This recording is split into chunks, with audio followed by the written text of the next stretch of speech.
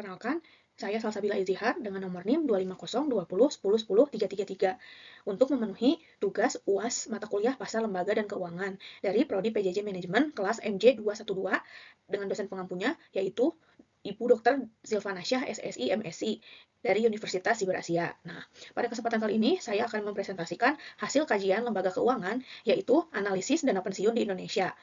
Dimulai dari kajian peran, mekanisme, profil DPLK Mandiri, fenomena Jiwasraya, serta strategi penguatan tata kelola pasca UU PPSK. Mari kita simak penjelasannya berikut ini. Mulai dari latar belakang pemilihan topik. Nah, mengapa sih topik dana pensiun ini sangat krusial untuk dibahas saat ini? Ada 3 alasan utamanya. Yang pertama yaitu Indonesia sedang menuju bonus demografi dan aging population, di mana jumlah penduduk lansia kita terus meningkat, yang artinya kebutuhan akan jaminan hari tua semakin mendesak. Kemudian yang kedua, rendahnya penetrasi dan literasi, yaitu mayoritas pekerja di Indonesia, khususnya sektor informal, belum tersentuh oleh jaminan pensiun yang layak. Dan yang ketiga yaitu kasus gagal bayar dan imbal hasil. Karena belakangan ini kita melihat tantangan yang serius berupa krisis likuiditas dan defisit kecukupan dana pada beberapa lembaga pensiun. Oleh karena itu, penting bagi kita untuk menganalisis bagaimana efektivitas dan tata kelola industri ini dapat ditingkatkan. Mulai dari pengertian dan landasan hukum. Mari kita pahami apa itu dana pensiun. Mari kita simak. Dimulai dari definisi legal menurut Undang-Undang PPSK. Dana pensiun adalah badan hukum yang mengelola dan menjalankan program yang menjanjikan manfaat pensiun bagi peserta berdasarkan regulasi Undang-Undang Nomor 4 Tahun 2023. Kemudian ada intermediasi keuangan yang bertindak sebagai lembaga keuangan non-bank yang menghimpun dana jangka panjang dari akumulasi iuran untuk diinvestasikan ke pasar keuangan secara profesional. Dan yang terakhir adalah regulasi pengawasan, diatur ketat oleh POJK nomor 27 garis miring POJK poin 05 garis miring 2023 untuk menjamin prinsip kehati-hatian atau prudential control. Kemudian kecukupan pendanaan dan keamanan aset peserta. Nah, lembaga dana pensiun ini memiliki tujuan, fungsi, dan manfaat yang saling melengkapi bagi 3 pihak utamanya, yaitu yang pertama adalah bagi para pekerja atau peserta, dengan menjamin kesinambungan penghasilan hari tua, proteksi risiko finansial, serta fasilitas intensif perpajakan atau tax deferred benefit. Kemudian, bagi pemberi kerja, yaitu meningkatkan loyalitas karyawan, daya saing retensi SDM yang berkualitas, serta pemenuhan kewajiban pesangon ketenaga kerjaan. Dan yang terakhir, bagi perekonomian, yaitu sebagai penyedia likuiditas dana jangka panjang atau patient capital untuk pembiayaan pembangunan nasional dan infrastruktur. Jenis program dan produk pensiun. Nah, secara kelembagaan dan skema pembayaran, dana pensiun dibagikan ke dalam beberapa kategori, yaitu berdasarkan kelembagaan. Ada DPPK, atau dana pensiun pemberi kerja, yang dibentuk oleh pendiri bagi karyawannya. Kemudian ada DPLK, yaitu dana pensiun lembaga keuangan, dibentuk oleh bank atau asuransi jiwa untuk masyarakat umum atau pekerja mandiri. Dan ada juga berdasarkan skema manfaat, yaitu ada PPMP atau program pensiun manfaat pasti, di mana nilai manfaat di akhir sudah ditentukan dengan rumus tertentu sehingga resiko investasi ditanggung oleh pemberi kerja. Dan kemudian ada PPIP, yaitu program pensiun iuran pasti, berdasarkan iurannya yang ditentukan, sedangkan hasil akhirnya bergantung pada akumulasi iuran dan hasil pengembangan investasi. Nah, untuk mekanisme dan pihak yang terlibat. Bagaimana sih mekanisme dan alur operasional dana pensiun ini bekerja? Tentunya ada 4 langkah yang saling berkaitan, yaitu yang pertama adalah pendaftaran dan iuran, yaitu peserta atau pemberi kerja melakukan pendaftaran dan menyetor iuran berkala secara konsisten. Kemudian yang kedua ada pengelolaan pengurus. Nah, pengurus mengalokasikan dana sesuai arahan investasi yang ditetapkan aturan hukum. Kemudian yang ketiga, kustodian dan aset. Bagi kustodian, penyimpan aset terpisah dari kekayaan pendiri untuk keamanan 100%. Dan yang terakhir adalah manfaat pensiun, dengan pembayaran manfaat secara berkala atau anuitas saat peserta memasuki usia pensiun yang disepakati. Profil objek DPLK Bank Mandiri. Di sini ada pengelolaan dana pensiun terkemuka. Nah, DPLK PT Bank Mandiri Persero, TBK ini didirikan untuk menyelenggarakan program pensiun iuran pasti atau PPIP bagi peserta individu maupun korporasi di seluruh Indonesia. Kemudian ada paket produk unggulannya, yaitu Mandiri Pensiun Pasar Uang, yang konservatif, stabilitas modal usaha.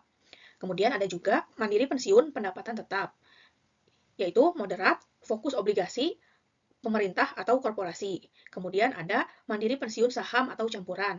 Ada di agresif dan pertumbuhan jangka panjang. Kemudian untuk mandiri pensiun pasif adalah solusi pemenuhan pesangon UU Cipta Kerja. Kasus aktual ada kasus Jiwasraya. Nah, di sini ada pembubaran DPPK atau DPLK Jiwasraya, yaitu pencabutan izin usaha PT Asuransi Jiwasraya berdasarkan pada keputusan OJK, yaitu Kep nomor 68 strip D.05 tahun 2025 dan Kep 69 garis miring D.05 tahun 2024 untuk membubarkan DPLK dan DPPK Jiwasraya sesuai pasal 183 Undang-Undang PPSK. Nah, sisa kewajiban pemberi kerja yang tertunggak mencapai Rp 239,7 miliar hingga akhir 2024 dari total 371,8 miliar hak pensiunan. Kemudian, ada skema penyelesaian peserta, yaitu DPLK Jiwasraya, seluruh kewajiban dan hak peserta dialihkan ke DPLK lain yang dipilih oleh pemberi kerja atau kelompok peserta dana tetap terlindungi. Kemudian ada DPPK Jiwasraya. Nah, diselesaikan melalui likuiditas aset oleh tim likuidator yang ditunjukkan oleh OJK sesuai valuasi aktuarial yang terkini. Kemudian ada analisis manfaat dan risiko dengan 100% urgensi manajemen risiko, yaitu memahami trade-off finansial. Manfaat utamanya yaitu pertumbuhan dana akumulatif lebih efek, pemajemukan atau compound effect, dan pemotongan pajak iuran, juga jaminan kepastian dana di hari tua. Dengan risiko utama yaitu yang ke-1, risiko pasar dan investasi, fluktuasi nilai portofolio instrumen, ekuitas atau obligasi. Kemudian, risiko likuiditas, dana terkunci hingga usia pensiun normal. Dan yang ketiga ada risiko solvabilitas pendiri, ketidakmampuan pembeli kerja melalui defisit aktuaria atau kasus PPMP. Ada analisis permasalahan sektor, yaitu rendahnya penetrasi peserta. Kurang dari 10% angkatan kerja di Indonesia yang terlindungi dana pensiun sukarela karena besarnya sektor informal. Kemudian, misalokasi dan governance mismatch. Masih ditemukan pengurus DAPEN yang menempatkan investasi pada aset tidak liquid atau high risk stock demi imbal hasil tinggi dan instan. Dan yang ketiga adalah rendahnya literasi pensiun, dengan kurangnya pemahaman masyarakat mengenai perbedaan tabungan biasa dengan dana pensiun, serta pentingnya masa pensiun. Dan yang terakhir adalah isu perceraian berkala.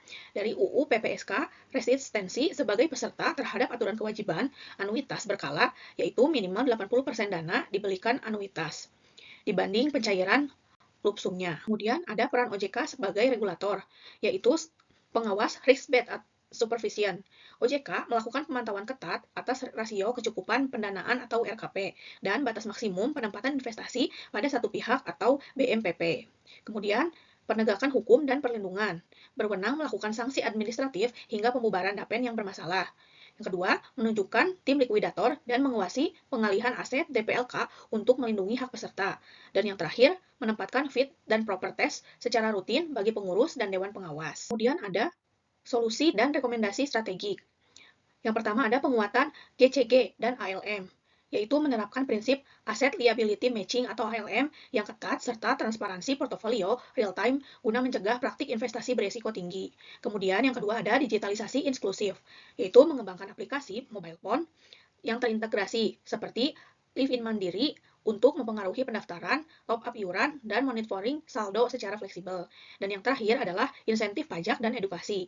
Pemerintah perlu membesarkan tax education iuran pensiun individu disertai program edukasi literasi keuangan nasional bersama OJK dan kampus. Rangkuman solusi dan jawaban pertanyaan utama, yaitu ada kesimpulan utamanya, lembaga dana pensiun sebagai DPLK Mandiri memegang peran strategis dalam menjalankan kesejahteraan pasca kerja dan mendukung pembangunan nasional. Efektivitas lembaga ini sangat ditentukan oleh tata kelola yang akuntabel atau CGC, digitalisasi, kemudahan akses, serta pengawasan ketat OJK pasca Undang-Undang PPSK untuk mencegah terulangnya kasus kegagalan investasi. Berikut adalah referensi dan daftar pustaka yang digunakan dalam penyusunan kajian dan materi presentasi ini, meliputi Undang-Undang PPSK, Peraturan OJK, dan literatur keuangan, serta laporan dari lembaga yang resmi. Nah, demikian presentasi yang bisa saya sampaikan. Kurang dan lebihnya mohon dimaafkan. Sampai jumpa di lain kesempatan. Bye.